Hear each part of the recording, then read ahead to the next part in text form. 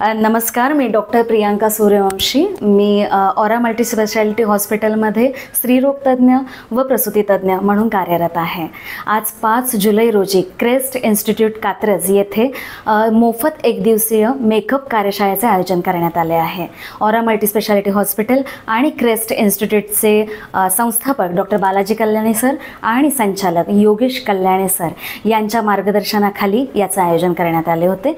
तसेच याचे सूत्रसंचालन आणि नियोजन श्री रेळेकर सरांनी केलेले आहे.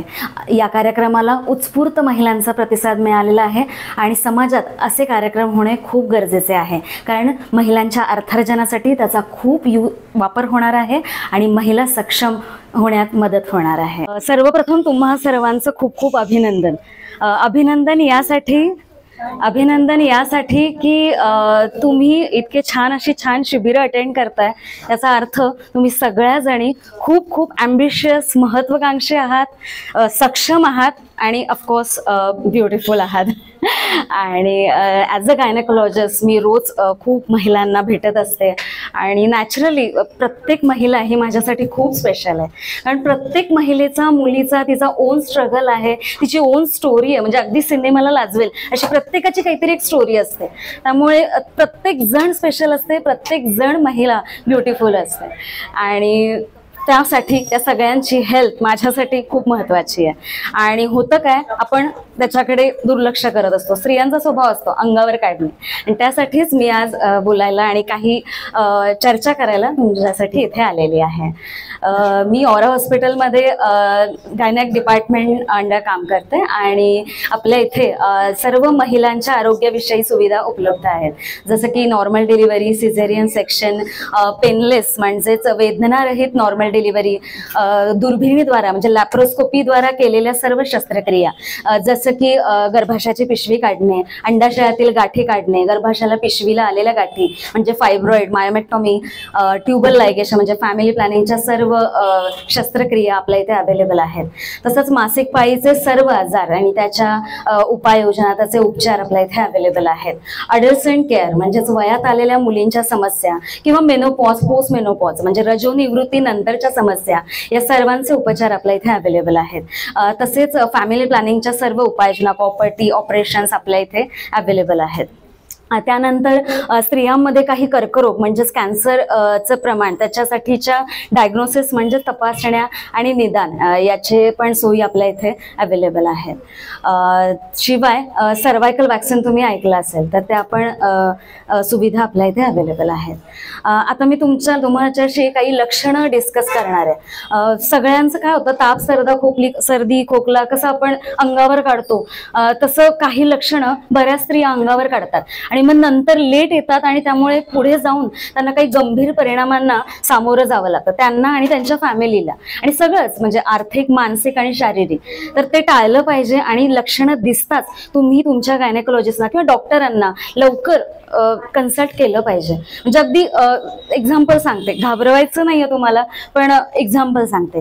तर माझी मैत्रीण म्हणजे ती मेडिको होती, MBBS होती, असतो त्यामुळे होत असेल, दुर्लक्ष करत गेली. पण 1 वर्षानंतर जेव्हा तिने चेकअप केलं, MRI केला, तेव्हा असं आढळलं की तिला अंडाशयाचा कॅन्सर झाला होता आणि तो पूर्ण शरीरात पसरलेला, लास्ट स्टेज होती आणि तिचे मणके त्यामध्ये त्याच्यात पण पसरलेला आणि तो निकामी झाला होता. आणि ते फक्त पाठदुखी होती, ती तिने दुर्लक्षित केली. अजून एक एक्झाम्पल म्हणजे एक पेशंट माझ्याकडे आली होती, जवळजवळ वर्षभर तिला ल्युकोरिया म्हणजे वजायनल डिस्चार्ज, अंगावरून पांढरे जाणे, हा त्रास होत होता. असंच अंगावर काढत गेला, काहीतरी होतंय, असंच होतंय, तसंच होतंय.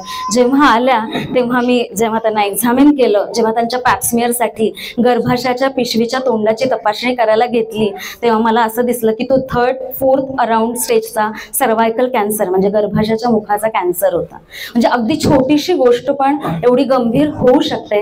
तर त्यासाठी काही लक्षणे आहेत जी तुम्ही बिलकुल दुर्लक्षित करू नका. जसं की मासिक पाळी महिन्याला आली पाहिजे. जर ती 1.5 महिन्याने, 2 महिन्याने येत असेल किंवा 15 दिवसांनी येत असेल किंवा महिने स्पॉटिंग होत आहे, थोडं ब्लिडिंग होत आहे, तर नक्की तुम्ही तुमच्या गायनेकला कन्सल्ट करा. किंवा 2 पिरियड्सच्या मध्ये तुम्हाला थोडंसं ब्लिडिंग होत आहे, स्पॉटिंग होत आहे, तर इमिजिएटली तुमच्या गायनेकोलॉजिस्टना कन्सल्ट करा. किंवा तुमचा मेनोपॉज झाला झालाय, मेनोपॉज होऊन 1 वर्ष झालंय आणि त्यानंतर तुम्हाला ब्लिडिंगचे एपिसोड होत आहेत, तर तेही अतिशय धोक्याची सूचना आहे. या सगळ्यामध्ये तुमची गर्भाशयाची पिशवी, तुमचा अंडाशय आणि गर्भाशयाच्या पिशवीचं तोंड याच्याशी रिलेटेड समस्या, कॅन्सर, ट्युबरक्युलोसिस म्हणजे TB किंवा गाठी, हे असे काहीही रोग, डिसीज असू शकतात. तर ते नक्की काळजी घ्या. त्याच्यानंतर समजा तुमचं 30शी नंतर 35शी वय उलटलंय, तर तुम्हाला दर वर्षातून एकदा तुमच्या रक्त तपासण्या, तुमची मॅमोग्राफी, पॅप स्मिअर आणि पोटाची सोनोग्राफी करणं अत्यावश्यक आहे. आजच्या घडीला अत्यावश्यक आहे, कारण कॅन्सर खूप कॉमन झालेला आहे. रक्ताच्या तपासण्यामध्ये काय करायला पाहिजे? आपला लिपिड प्रोफाईल, कोलेस्ट्रॉल, शिवाय आपलं लिव्हर किडनीच्या टेस्ट आणि थायरॉइड ह्या दरवर्षी तुम्ही केल्या पाहिजेत. आणि जर काही डिफिशियन्सी असेल तर ती भरून काढण्यासाठी तुमच्या डॉक्टरांना कन्सल्ट केलं पाहिजे. दुसरं मॅमोग्राफी. मॅमोग्राफी ब्रेस्ट कॅन्सरसाठी आपण करतो. मॅमोग्राफी म्हणजे आपल्या ब्रेस्टची सोनोग्राफी असते, डिटेल MRI सारखी सोनोग्राफी असते. ती वर्षातून का करावी? कारण कधी कधी अगदी छोटी मायनर गाठ असते, ती आपल्याला वरून दिसत नाही. त्यासाठी आपण दर महिन्याला सेल्फ ब्रेस्ट एक्झामिनेशन केली पाहिजे, स्वतःची स्वतः. आणि ते टेक्निक आपल्याला हॉस्पिटलमध्ये तुमच्या गायनेक तुम्हाला शिकवतील. ती मस्ट आहे. 30शी नंतर 35शी नंतर नक्कीच सुरू करा. तुम्हाला फॅमिली हिस्ट्री असेल तर नक्कीच मॅमोग्राफी करा. तिसरं म्हणजे पॅप स्मिअर. पॅप स्मिअर म्हणजे काय? तर गर्भाशयाच्या पिशवीच्या तोंडाचं आवरण आम्ही तपासायला पाठवतो आणि दरवर्षी ते चेक करतो. ते का चेक केलं जातं? तर सर्वायकल कॅन्सर हा आपल्या इंडियामधला सेकंड मोस्ट कॉमन कॅन्सर आहे आणि तो सायलेंट किलर आहे, कारण तो लास्ट स्टेजलाच त्याचं डायग्नोसिस समजतं. तर आता ते लास्ट स्टेजला जाऊ नये आणि त्याचे उपचार नाही आहेत. लास्ट स्टेजला गेल्यावर ते परत माणूस येऊ शकत नाही. तर आपण जर पहिलाच ते डायग्नोस केलं तर हे सगळं पुढचं टळणार आहे. तर दरवर्षी आम्ही ती तपासणी आतून केली जाते, 5 मिनिटाची आणि अतिशय माफक दरातली तपासणी आहे. त्याच्यामध्ये आम्ही गर्भाशयाच्या पिशवीचं तोंड बघतो आणि त्याचा स्त्राव, जसं कोविडचा स्त्राव आपण तपासायला पाठवतो तसा त्याचा स्त्राव तपासला पाठवला जातो. आणि तिसरं म्हणजे पोटाची सोनोग्राफी. बऱ्याच वेळी काय पोटात अंडाशयाचा कॅन्सर असतो, गर्भाशयाच्या पिशवीला गाठ असते, गर्भाशयाच्या पिशवीतलं आतलं अस्तर जे कॅन्सरमध्ये वाढतं ते वाढू शकतं आणि ते सिम्पटम लवकर समजत नाही. तर ते सोनोग्राफीमध्ये आपल्याला समजलं जातं आणि शिवाय लिव्हर आणि बाकी अवयवांची पण तपासणी केली जाते. तर या तपासण्या नक्की करा.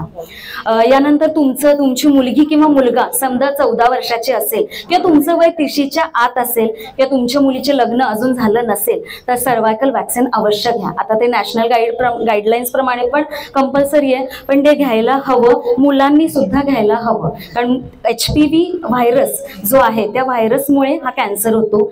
एकच कॅन्सर नाही तर त्याच्यामुळे 5-6 प्रकारचे कॅन्सर होतात आणि मुलांमध्ये पण काही ते कॅन्सर आहे. तर एका व्हॅक्सिनमुळे जर एवढं टळत असेल आणि त्याचा दुसरा काहीच धोका नाही आहे तर हे व्हॅक्सिन घ्यायला हवं. अगदी 30शीत जरी तुम्ही आल्या असाल तरी तुम्हाला त्याचे 3 डोस असतात आणि 14 वयाच्या मुली असतील तर त्यांना 2 डोस असतात. कमी दरात आहे, एक एक्सपेन्सिव्ह आहे, एक माफक दरातले इंडियातलं सिरम आपल्या कंपनीचं आहे. दोन्हीपैकी कोणतंही व्हॅक्सिन तुम्ही नक्की घ्या आणि ते खूप महत्त्वाचं आहे, कारण अमेरिकेत सर्वायकल कॅन्सरचं खूप प्रमाण होतं आणि जेव्हा त्यांनी हे व्हॅक्सिन सुरू केलं 90% रेट कमी आला, म्हणजे तितकं ते इफेक्टिव्ह आहे आणि प्रूव्हन आहे. सो तुम्ही ते घ्यायला हवं. आणि सगळ्यात शेवटचं म्हणजे तुमचं मानसिक आरोग्य. जर मानसिक आरोग्य ठीक असेल तर तुमचं शारीरिक आरोग्य आणि तुमचं सगळं कुटुंब हे सुदृढ आणि हॅपी राहणार आहे. तर तुम्ही त्याच्याकडे लक्ष द्यायला हवं. सुपर वुमन वगैरे बनण्याची गरज नाहीये. कामं डिस्ट्रीब्यूट करायची, स्वतःवर लक्ष द्यायचं. कॅल्शियम आणि व्हिटॅमिन डीचे दरवर्षी सप्लिमेंटेशन घ्यायचे, मेडिटेशन करा. असंच तुमच्या या सगळ्या छान हॉबीज फॉलो करा आणि be happy, be healthy, be strong, be bold and confident. Thank you sir. Speciality hospital, Dattanagar road, Reliance fresh mall शेजारी, आंबेगाव, पुणे 46.